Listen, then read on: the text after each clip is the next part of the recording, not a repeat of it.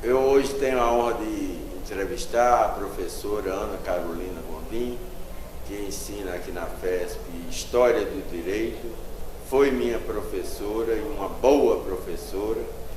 E queria dizer mais uma vez que a FESP é a única faculdade de Direito que tem a nota conceito 4 do MEC, do Ministério da Educação e Cultura, o que é uma coisa muito grande para uma instituição tão nova, que tem apenas 11 anos. E eu estou aqui com a professora Ana Carolina Gondim e queria que ela desse o conceito que ela tem sobre a FESP. Bem, Neno, primeiro a minha satisfação de estar aqui com você, de estar aqui na FESP. Eu sou professora da FESP já há 3 anos e o conceito que eu dou à FESP é que a FESP é uma excelente instituição de ensino superior. É uma instituição que tem um ótimo curso de Direito, com a equipe de professores capacitada, uma equipe de professores coesa, dedicada à instituição, composta de vários professores de carreira, docentes que lecionam porque gostam, enfim, e acham que a docência é o melhor caminho profissional para eles, como eu também. Então a FESP é uma excelente faculdade. Nós cuidamos com muito carinho, com muito amor, com muito zelo do curso de Direito. Nós temos turmas que são muito bem cuidadas, tanto pelos professores como pela coordenação, como pela direção da instituição. Realmente o curso de Direito é a menina dos nossos olhos. Nós primamos pela boa qualidade, pela excelência, pelo estímulo aos nossos alunos, não só voltado tão somente para, enfim, o tão temido exame de ordem, mas para a excelência, tá certo? No exercício da sua profissão, seja ela que carreira jurídica ele abraça, seja como advogado, seja como juiz, promotor, procurador, tá certo? Seja como docente também. Para isso nós temos vários programas de estímulo à iniciação científica e à pesquisa dos alunos, como o próprio projeto de monitoria. Então, nós precisamos e vamos precisar quem nos suceda. Então, esse estímulo à docência também existe aqui na FESP. Muito obrigado, professor, pelo seu conceito. Agora eu queria conversar com a senhora sobre a sua cadeira que a senhora leciona aqui, que é História do Direito. Eu queria que a senhora desse uma noção para o mundo, porque nós estamos na internet, né? Então a senhora está ensinando ao mundo a partir de agora. Vamos conversar sobre a história do direito, que, se não me engano, começa com os povos ágrafos, não é mesmo? É verdade, é verdade. Então, a disciplina História do Direito, ela é uma disciplina que faz parte do grupo que nós chamamos de disciplinas propedêuticas. Disciplinas com cunho filosófico, epistemológico, voltada exatamente para a formação do cientista do direito. A disciplina que faz pensar, certo? Não só a história do direito, mas outras tantas que, somadas à história do direito, é lecionada no primeiro ano do curso de Direito e que serve de base exatamente para a formação do jurista, do cientista, daquele que pensa o direito, não só que opera, que instrumentaliza, mas aquele que pensa. E pensar criticamente, pensar com olhos questionadores. Então, quando nós vamos lecionar a história do direito, e aqui na FESP, de acordo com a matriz curricular da nossa instituição, História do Direito é ofertada aos nossos discentes no 2º período. E, enfim, eu me orgulho, sou uma apaixonada pela História do Direito. História do Direito, nós podemos até inicialmente pensar que é uma disciplina meramente descritiva, que nós vamos apenas narrar os fatos históricos, tá certo? Nesses 5.000 anos de história do direito, mas não. por trás dos fatos, nós vamos tentar desvendar, juntamente com o aluno, as relações de poder que instituem o direito e que formatam o direito a partir e através dos séculos, certo? Então, nós vamos estudar vários povos, o direito, a constituição jurídica desses povos, e vamos perceber que muitos institutos que nós achamos que é absolutamente moderno, novo, já existiam desde a antiguidade mais remota. Então, da antiguidade até a contemporaneidade, nós traçamos esse fio condutor, e a metodologia que nós aplicamos é uma metodologia genealógica, certo? De caráter hermenêutico, e o nosso aluno, através de aulas que são dialógicas, o nosso aluno ele participa da aula. Não se concebe mais o professor que é dono do conhecimento e que descreve o conhecimento através, enfim, de aulas que são maçantes e monótonas. Ao contrário, o aluno é estimulado a estudar, a ler.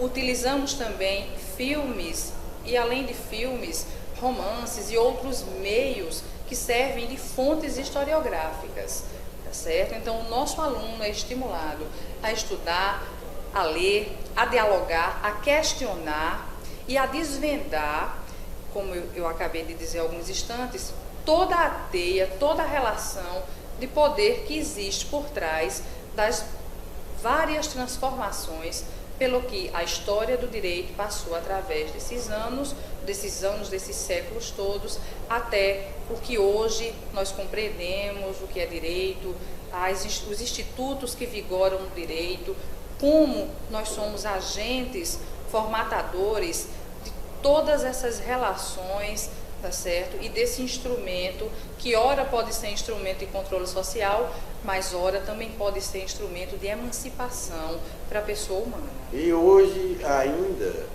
me permita lhe interromper, professora, hoje ainda se usa coisas que a senhora deu em sala de aula, que é a lógica aristotélica, um pensamento que outro dia a professora Sancha Alencar falou sobre Cícero, que diz que a tese da argumentação, que é uma das matérias que ela leciona aqui, tem que começar com a forte tese, diminuir e depois voltar também com um argumento forte para poder haver uma defesa. E Cícero foi um imperador romano, né?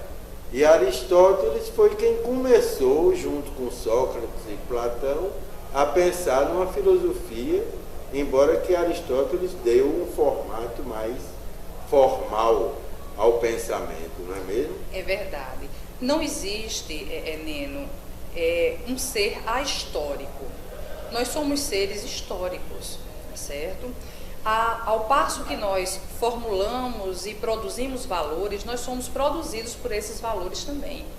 Não existe, e aí Foucault já nos dizia, não existe pensamento neutro, não existe conhecimento neutro e não existe direito neutro também, por que não dizê-lo, tá certo? E o estudo da história do direito vai nos proporcionar exatamente essa visão crítica, essa visão analítica, vai nos fazer pensar. Triste daquele que não questiona, que não se dá o direito de questionar. E por que não questionar tudo aquilo que nos dizem que é verdade, tá certo? Afinal de contas, o que é o direito? A quem serve o direito?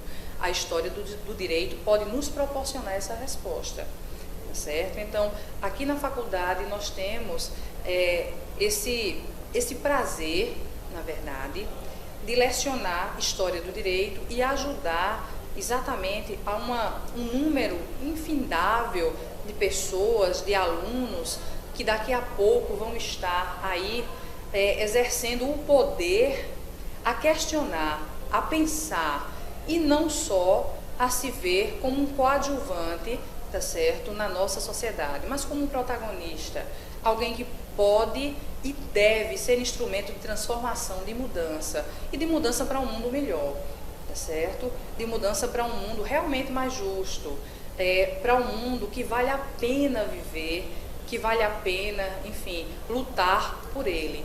Então, estudar direito não é só estudar a norma. Nós não podemos ter mais uma educação dogmática. Nós temos que estudar direito, observando que o direito ele nasce do seio da sociedade, tá certo? Mas sempre questionando a quem ele se presta.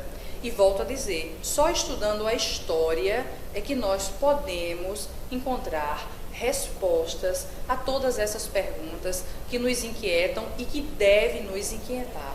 Triste daquele que é conformado com o mundo em sua volta. O inconformismo é que fez com que nós pudéssemos chegar a todos esses direitos, aquilo que Bobbio vai chamar de a era dos direitos, certo? A construção do direito como um instrumento realmente de emancipação, um instrumento de transformação em busca dessa tão falada dignidade humana. Então, estudando história, não uma história maçante, uma história feita através de personagens, de reis, de rainhas, não a história dos contos de fadas infantil, mas a história real, formada dos pequenos, através de tantos personagens que nós vemos e aprendemos a conhecer em sala de aula, tá certo? Então, assim, volto a dizer, lecionar história é um prazer. Estudar história é um prazer, porque a história, e a história do direito mais ainda, nos dá meios, ferramentas de fazer com que nós pensemos. E o pensamento vai nos levar à transformação.